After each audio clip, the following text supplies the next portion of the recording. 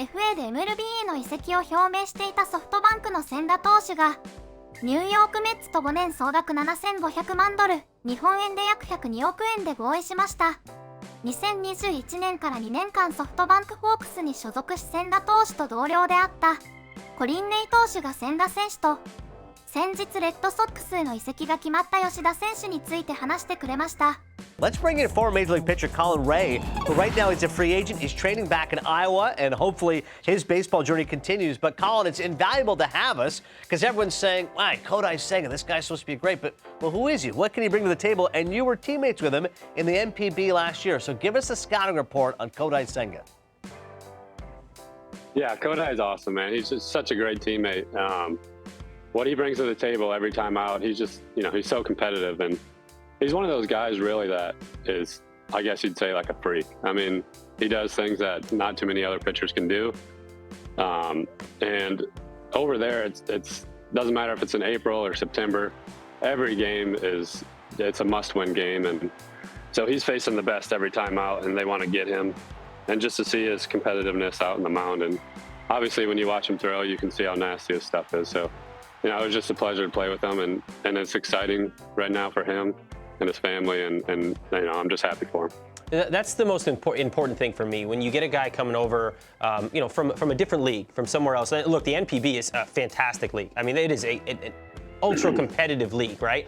But Kodai Senga, and what I want to see is, does he come over here and is he able to replicate immediate success? And to me, as a starting pitcher, a lot of that comes down to your mentality. I don't know how much you can get into that, I don't know how much communication you have with him, but what did you see out of him on the mound as a competitor? Examples, whatever, that really stood out to you that tell you he could come over here and have immediate success?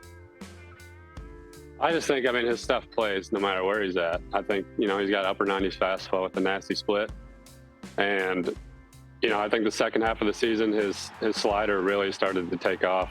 He showed glimpses of it from what I've seen in the past. And then the second half, it really started to tighten up, and it was a really good pitch for him. So, he's got 3+ pitches that are going to play no matter what league he's in. And watching him go out there and compete, he knows, especially this year, he knew, kind of what he was up against, and he had to have a good year. But he's been proving that for 9 years now. You have to have 9 years in Japan to become a free agent, and he's been doing it consistently for 9 years. So, to me, it doesn't really matter, what league he's in. He's going to have success, in my opinion. You pitched 4 seasons in the majors, Colin, and obviously pitching over the NPB. What was the biggest adjustment or change for you going from the majors to going over to Japan? Yeah, I'd say over in Japan, like I said earlier, doesn't matter if it's April or September, they're trying to win every single game, and they're trying to scratch and crawl across to get runs across the board. So, from pitch one, you got to be on top of your game. Leadoff guy gets on, he might steal second base in the second pitch, or they might bunt him over, or they might do a hit and run. So, there's a lot of action going on from the very first pitch. So, but when the game starts, you got to be ready. And with our team, the Hawks, we've been very competitive over the last 10+ years. So you got to have your A game when you go out there. If you have a couple, few bad starts, then they might throw someone else in there. So, you got to be on top of your game, and just learning to mix it up. There's some really good players over there. Maybe a lot of them that don't get the recognition that they deserve. And, obviously we saw, Yoshida sign with the Red Sox. He's just incredible. It seems like those guys, they're on every single night. Like they don't have a bad night. So, really taught me how to compete and to use all my pitches and attack the strike zone, and also to pitch around guys when we needed to. Yeah, the $90 million for Yoshida, they're going to pay a $15.4 million posting fee as well, so that goes towards the Buffaloes. But Yoshida's numbers, 21 home runs, 80 walks, just 41 strikeouts, and 508 plate appearances. That's what really stood to me, Colin. In today's majors, right, guys swing and miss so much. This guy apparently does not swing and miss. No, you're right. His approach is, he can change his approach from at-bat to at-bat, depending on, how you attack him in his first at-bat. Just a super smart player, and kind of what I was saying about Senga. He's facing, everyone knows who Yoshida is when you go through the lineup in the scouting report. And so he's facing the very best every single at bat. And for him to put up those numbers that he did, and it just seemed like he got better and better each year.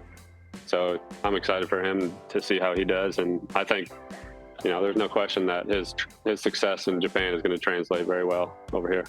I got to go over Japan very briefly, and while I was over there, I had a fantastic experience. It was 2012. They don't allow American catchers to go over there and catch because of the language barrier, so I didn't get to do that. I didn't get to play over there, but I got to go over in 2012 for the opening series against the Mariners, which was awesome. It was a ton of fun. Just tell me about your experience, even off the field. Like, what was it like being over there, playing in that league, and getting to experience a completely different culture? Because I enjoyed it, and I was only there for a week. Yeah, it was awesome. Last year in 2021 was tough with COVID, and families weren't able to come over. But this year, my family was over there for most of the season, and we just tried to do on the off days. We tried to do something different. Whether it was take the ferry over to an island. Our apartment was close to the beach, so we'd go to the beach on an off day.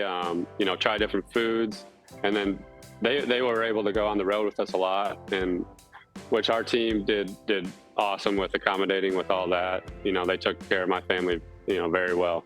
So it was easy for them to hop on a plane or hop on the bullet train with us and come on the road with us. And if we had an off day, we'd go to Disneyland or, Legoland or, just try and do different sorts of things. And we had a blast when we were over there. And, it was just, it was a really good time. It's something that, I never thought I was going to do. I didn't really consider myself as like an adventurous person and going out to see, the different cultures. But now that we've done that, it's an experience, I'll never forget. And, I'm just glad that we had the opportunity to do it. Sushi and sake, I'm sure, to last a lifetime. Colin Ray, great insight on Senga, and hopefully we see you back pitching wherever it may well be. Good luck training back in Iowa, and thanks so much for giving us a few minutes, man. We appreciate it.